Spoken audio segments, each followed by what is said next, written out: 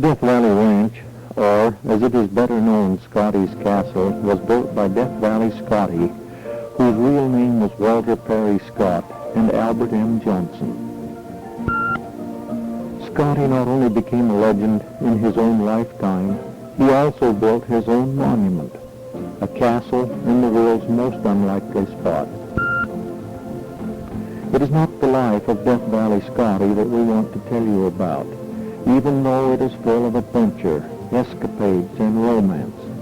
But it is the story of this fabulous castle nestled in Grapevine Canyon that we would like to share with you. It was built on ground that Scotty didn't even own at an estimated cost of $2 million. It was purchased by the National Park Service in 1970 for $850,000 from the Gospel Foundation of California, to whom it had been deeded prior to the death of Scotty and Mr. Johnson. It is now appraised at $40 million without the furnishings, which are also worth a small fortune. The castle was supposed to have been built from money taken from Scotty's secret gold mine. Some maintain that the castle was built on the entrance to the secret gold mine to protect it. Others say that there never was one. Still others say it is still in the desert. Scotty was born in 1872 in Kentucky.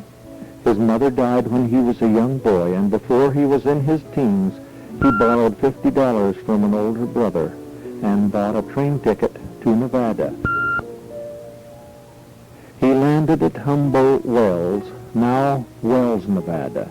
He had many jobs: water boy, swamper on a 20-mule team wagon, cowhand, and many others.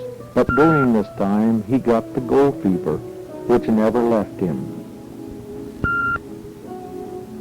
The idea to build a castle was born around a campfire one evening in front of what Scotty later called his original castle, which is still standing, or I should say barely standing, back of the castle. Scotty preferred this clapboard, tin-roofed shack to the luxurious splendor of the castle, and when he bid good night to his guests, he would retire to his original castle to sleep. Scotty had met Mr. Johnson in New York City on one of his many trips. Mr. Johnson was a multimillionaire, but in poor health.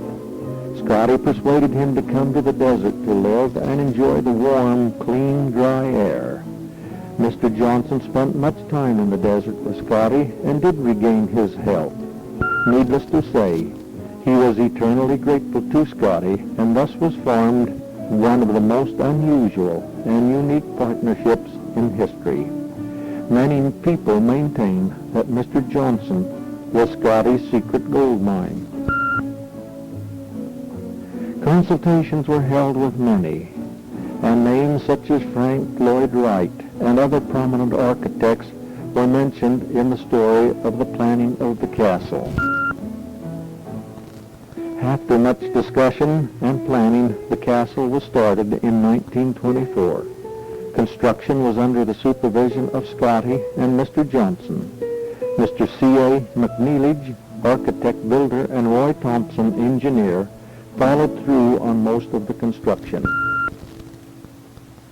Blank check authority was given to these men to purchase anything that would make this castle one of the world's most beautiful.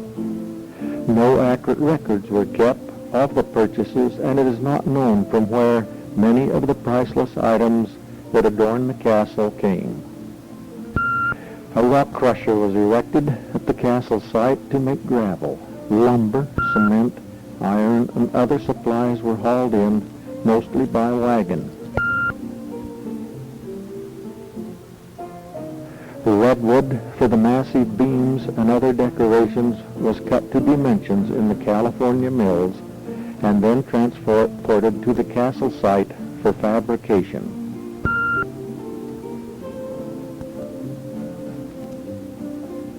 Cost of hauling the material to the castle was tremendous. The nearest railroad station was the Bonnie Claire on the Tonopah Tidewater line. The material was then hauled 25 miles, mostly by wagon, on a primitive dirt road to the castle site. Some of the material was hauled in by muleback from Barstow, California, 185 miles distance. Scotty used to say that they had 3 crews, one working, one coming, and one going. They had to be housed in the desert, probably in tents, and all the food hauled in. And at that time, there was no refrigeration at the castle. Scotty said the walls of the castle were built to last. They were double concrete, filled in between with stuff that turned as hard as rock. The architecture of the castle is a combination of Moorish, Spanish, Italian, and California mission. Craftsmen were brought in from Austria, Spain, and Germany to create the massive hand-carved beams, the wrought ironwork, and fabricate the furnishings. As you will see as we enter the castle proper, their workmanship was outstanding. The tiles, of which there are thousands, were imported from the Mediterranean. The rugs, which we will see later, were woven on the island of Majorca, off the coast of Spain, especially for the castle. The clock tower of the castle houses 25 enormous Westminster chimes that can be heard for miles around. The original plans called for the castle to be heated by fireplaces, and there are some 18 of them in the castle. However, there was no fuel for fireplaces in the desert, so Scotty purchased the railroad ties from the defunct Tonopah Tidewater Railroad for $1,800 and then paid $25,000 to have them gathered and hauled to the castle for fuel. They are still stacked today in what is now called Tie Canyon, because after the first winter, it was found that the fireplaces were not adequate to heat the castle. A steam boiler fired with butane gas was installed, and radiators were placed throughout the castle. Beautiful rock and cacti gardens adorn the castle grounds. These gardens are accented by massive wooden gates with elaborately wrought iron hinges and latches. Construction on the castle was completed in 1929. That is, construction stopped. There are several features that were never completed and probably never will be. One is the 185-foot swimming pool. It was to have been tiled with Mediterranean tile. The tile to complete the project is still stacked in the basement. Scotty never pushed this project. His comment was, "Why do I need a swimming pool? I got a dozen showers in the castle."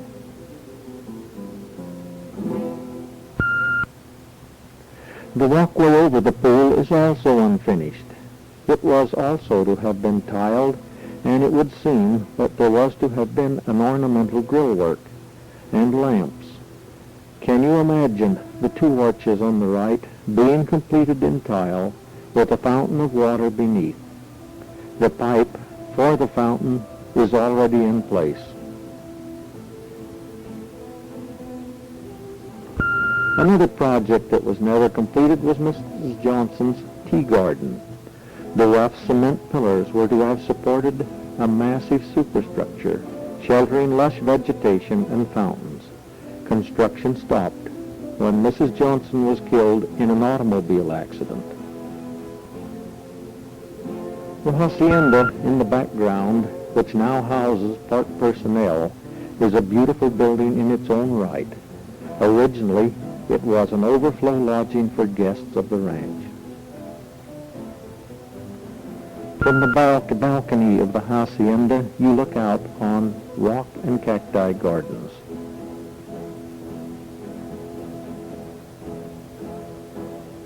The hacienda is no longer open to the public, and it seems almost sacrilege to have people living in it again.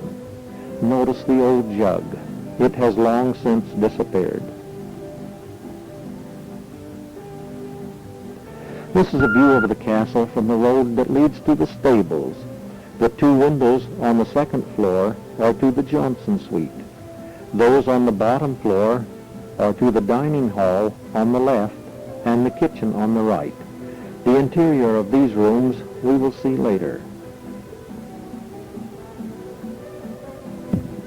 The stables were built to house Scotty's favorite animals, mules, and he is said to have had the best that money could buy.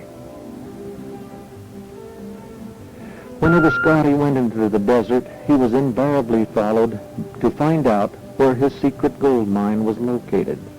Having good mules and an infallible knowledge of the desert, he could elude his pursuers. Another reason his pursuers could never find him was that he would take water and food for himself and mules into the desert and bury it when unobserved. When he knew that he was being followed, he would hole up for a few days at one of these caches until his followers were out of water and would have to return. Then Scotty would return in a few days as fresh as when he left and taunt his pursuers. This is the birdhouse on the stables. In addition to the stables, the castle boasted a garage complete with chauffeurs' living quarters. These are two of Scotty's automobiles, a 1913 and a 1952 Packard.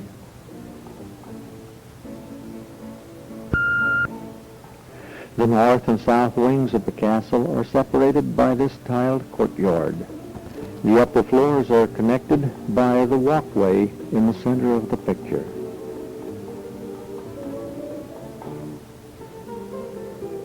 A massive ornate gate is on each end of the courtyard. This is the gate on the west end of the court.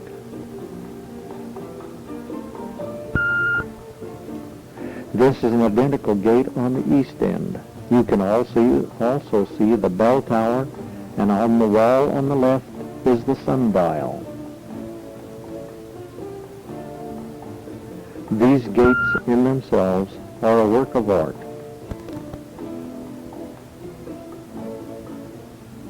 This is another view of the sundial.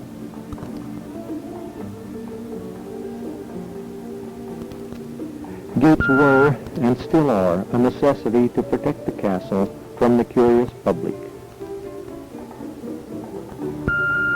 Scotty kept armed guards at the main gates to keep curious visitors away. These would-be visitors made his life at the castle almost untenable. However, he found that when he and the Johnsons were away, the guards were admitting visitors for a fee which they put in their own pockets. This ornamental tile floor is in the walkway to the clock tower. The room in the background is the sunroom, so constructed as to catch the rays from the sun from sunrise to sunset. This is the front door to Death Valley Ranch. In the beginning, it was called Johnson and Scott Ranch, with a brand of J.S. But Scotty's flair for the dramatic took over, and he called it a castle, and soon everyone called it Scotty's Castle, which it will undoubtedly always be. This is the cement basket weave railing on the front porch. The interior of the castle even surpasses the exterior for sheer beauty and excellence. Its furnishings are priceless. We were required to put canvas covers over our shoes and were told not to touch anything, as the newest piece of furniture was over 40 years old and the oldest was over 400. The two lamps and the bowl on the elaborately inlaid table are of solid German silver. The drapes at the windows were made from sheepskin, hand-embossed and painted in Spain. As in all the other rooms, the beams are made of California redwood, but no two are alike. I think this room was appropriately named the Great Living Hall. This is a half picture of the sheepskin drapes. Our flash went haywire. This is another picture of the drapes. How do you like the tumbleweed bouquet? This chandelier was designed and made at the castle workshop. Also the massive beams and ironwork.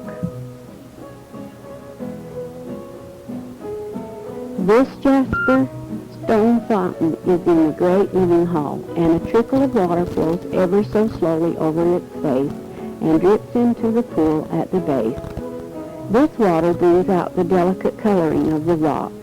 There is a small fountain in the center of the pool. This fountain is not only beautiful, but it also had a cooling effect on the hot days before air conditioning. The tile work on each side and around the bottom is of tile imported from Spain. The Great Living Hall from the balcony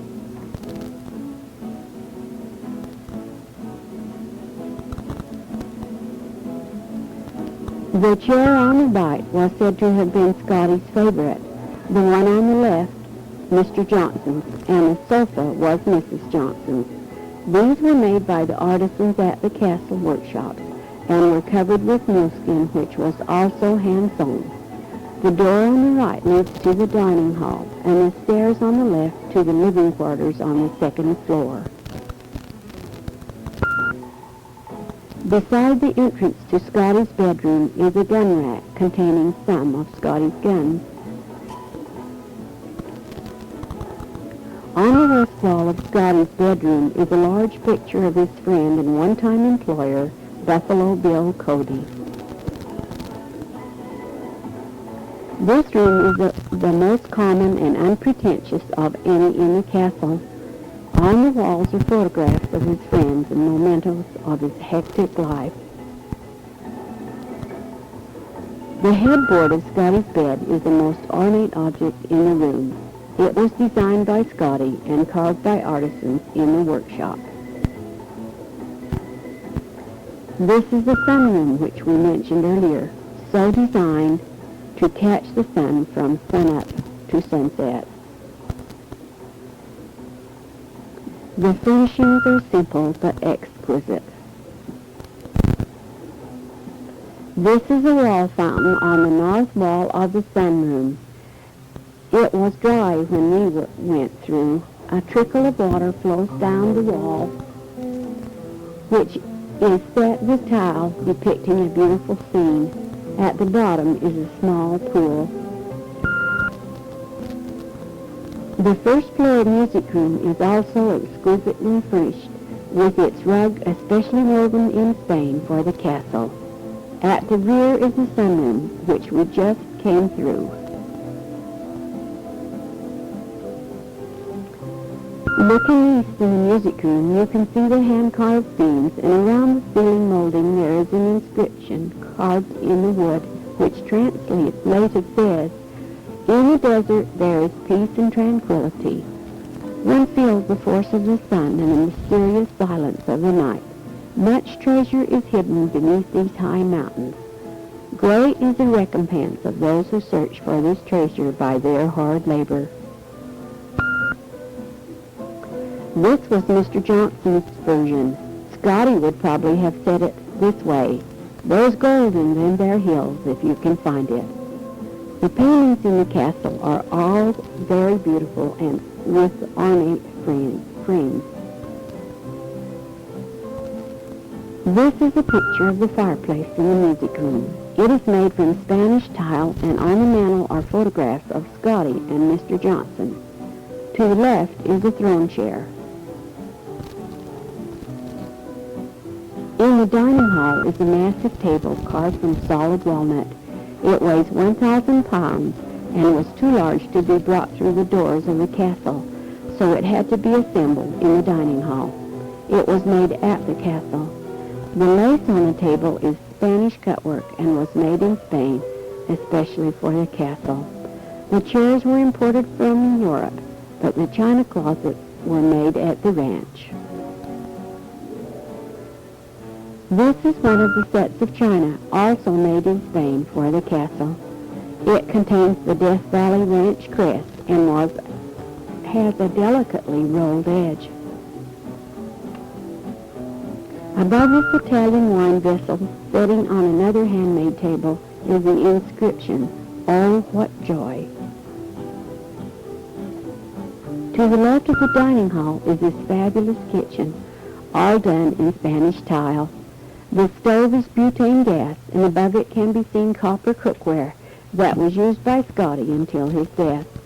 Several sets of imported dishes made especially for the castle were neatly arranged on the hutched sideboards.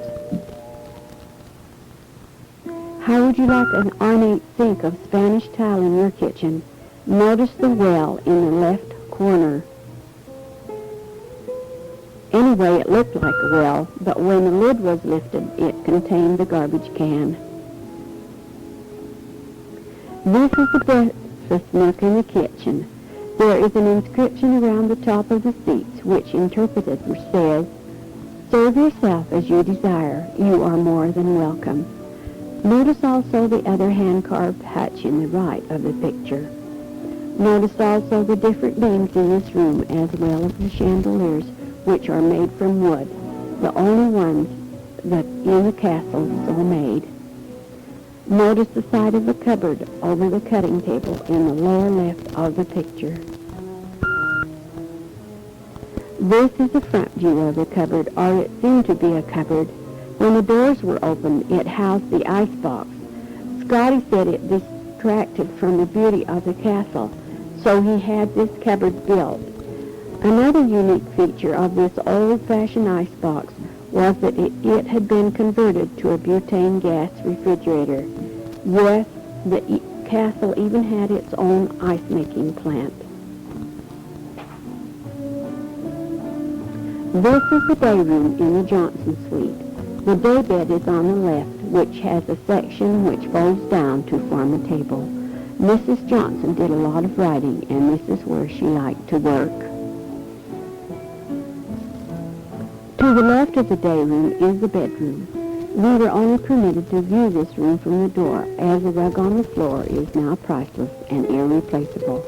It was designed by Mrs. Johnson and woven in Spain. Back in the day room we see the fireplace, which was fired by butane gas, the only one in the castle. The baskets on the shelves were given to Mrs. Johnson by her Indian friends. The furniture in the Spanish suite was imported from Spain.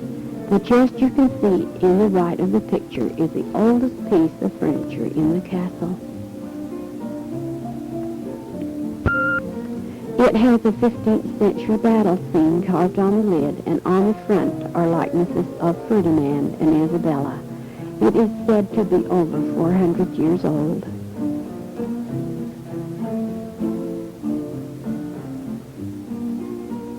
Notice the carving on the table. The tile floor was covered by another priceless rug. The two beds in the Spanish bedroom are quite unique.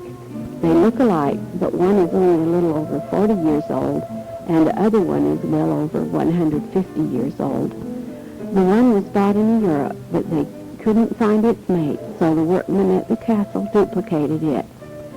It takes an expert to tell them apart. Across the courtyard is the Italian suite. This room we were also permitted to view from the door, as the rug on the floor is also priceless. It was on the loom for 11 years in the making. The factories that made these rugs were destroyed during the Spanish Civil War, and the skill was lost forever. Most of the furnishings in this suite were imported from Italy. This is another view of the priceless rug made especially for the castle. This is one of the several bathrooms in the castle.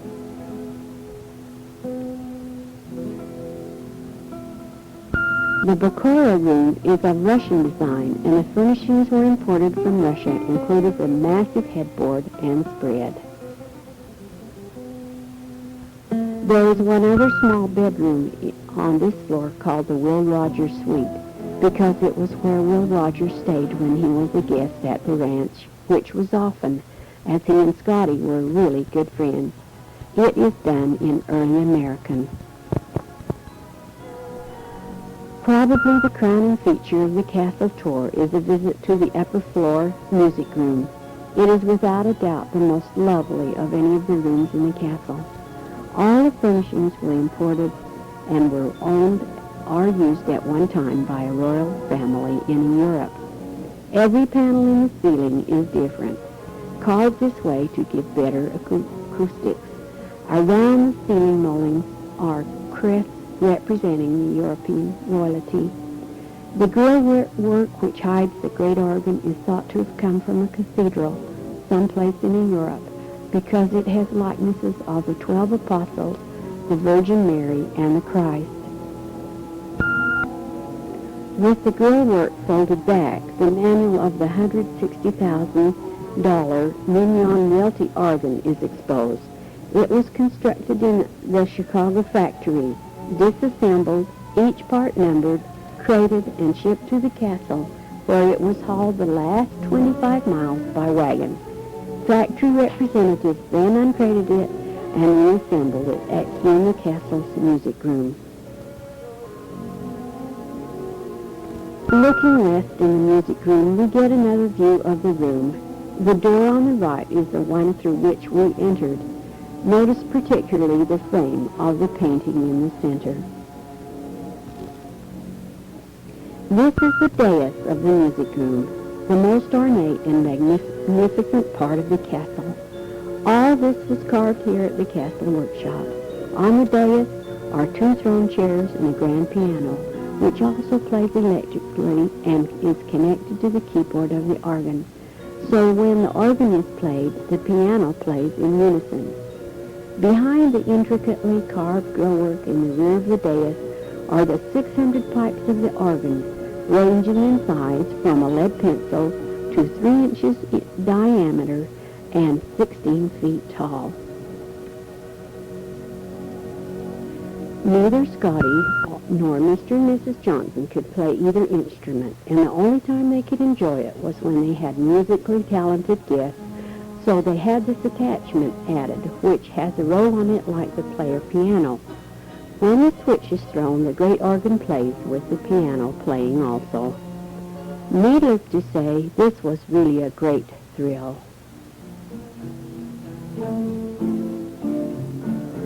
As we leave the castle interior, we have a much deeper appreciation for those who built it, for those who lived in it, and for those who will try to perpetuate it for generations to come. Scotty may have been eccentric, but he left the world a monument to that eccentricity and showmanship.